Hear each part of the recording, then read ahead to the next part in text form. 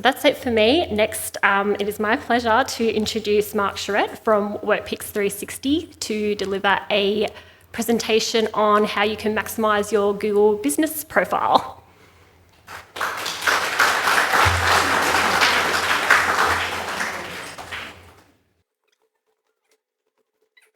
So I have a challenge.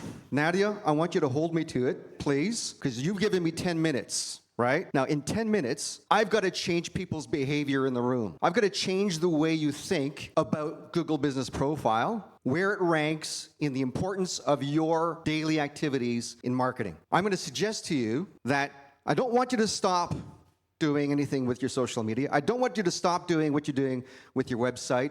I don't want you to stop what you're doing with your print. But I want you to think about how you can take the idea that this one little thing that Google owns, and who here knows that Google is still the #1 search engine in the world? It still is, right? It's not going to go away. That's not going to change.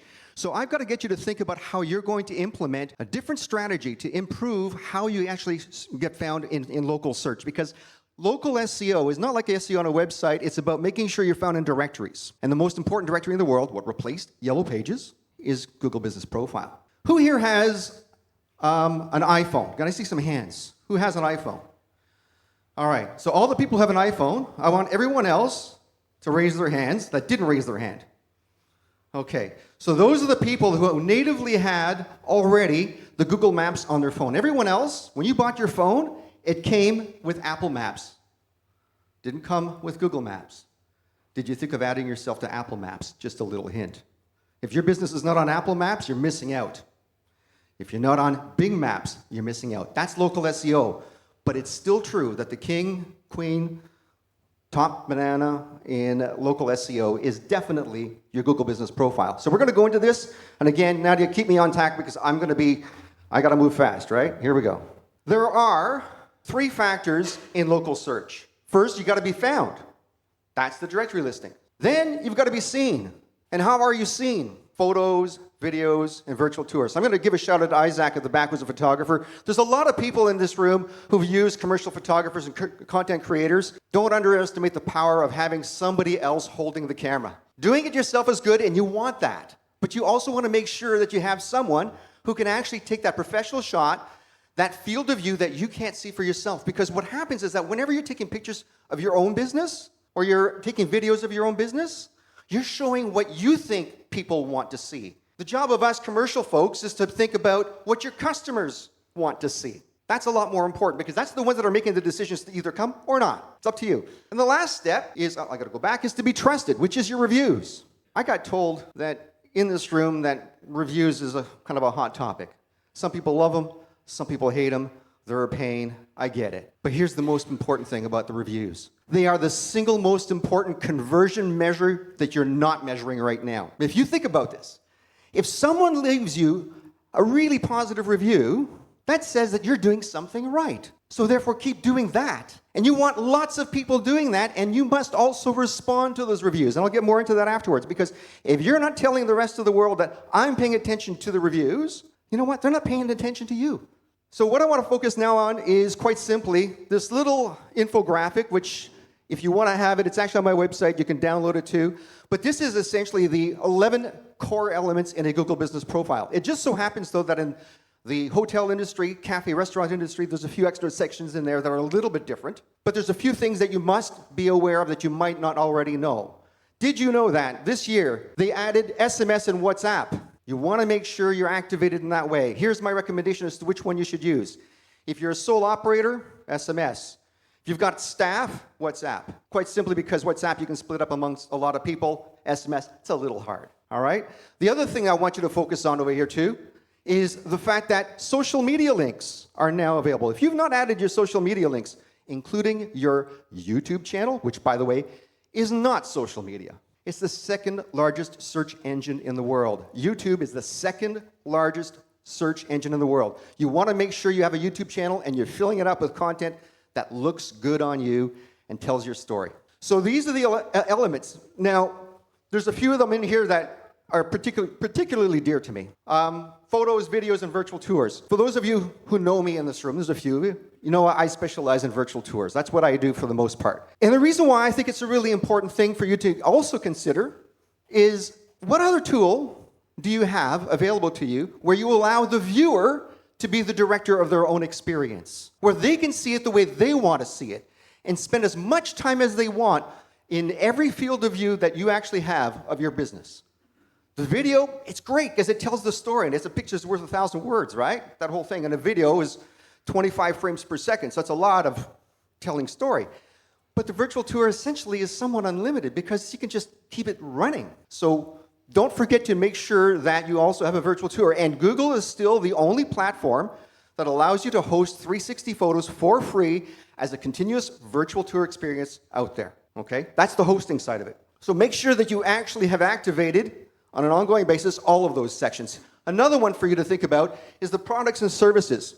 Products are services. Services are products. Make sure you make all of your products and services across your whole Google Business Profile matched up with the products. Make sure you have links that go back to the page on your website where the product is listed, and make sure that you also have a proper description and professional photos. You can do all that in your Google Business Profile. It's starting to sound like a website, right? I mean, it's a little bit like one, except that Google owns it, which happens to be the world's largest search engine, so it's important. So if you want, download this over here, and I'll give you the link. This over here is if you want to actually download my full Google Business Profile, everything you wanted to know about, it's on this link. It's really an ebook. It's about 12,000 words long. So there's a lot of information in there. I recommend if you're going to use this, if you're looking for something in particular, Control F or Command F for find and look for what you're looking for to take you to the right section of the page, because it's really big. There's a lot in there. When you're updating your Google Business Profile, what you basically have is this page over here, right? And you want to make sure you're quite simply making sure that you're looking at it from the point of view of what does a customer see on this right panel? What's the first photo they see? Which, by the way, did you know that you can't control what's out there? Google controls that. So how do you influence that? Because you can influence it. You know what you do? Taking more and more photos until the right one shows up. Keep changing it, keep working it. You got to work that baby. You really do. All right? The other thing is your reviews, your review count. The sweet spot in reviews, by the way, is not 5-star. It's between 4.2 and 4.8. That's the sweet spot for reviews. Okay?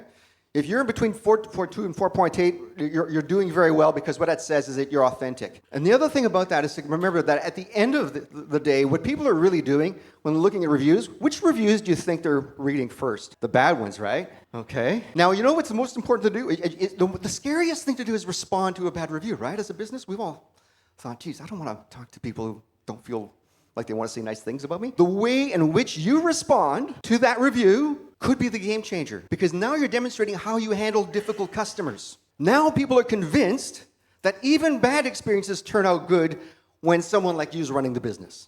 And then they'll come and deal with you. Make sure you respond to every single review within 24 to 48 hours. It happens to be a search engine signal to Google. If you take any longer than that to respond, you're missing out. If there's something that got to leave you with, if you're going to do one thing, respond to your reviews within 24 to 48 hours. Respond to every review.